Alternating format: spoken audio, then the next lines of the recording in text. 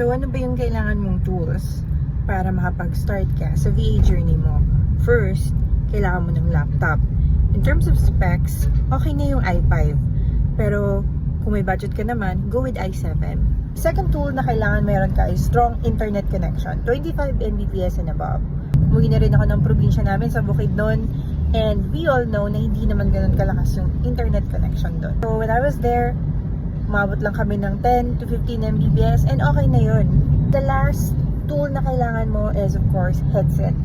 Pwede na yung entry level and you can find an AI type of tool to help you minimize or make it a noise cancelling type of headset.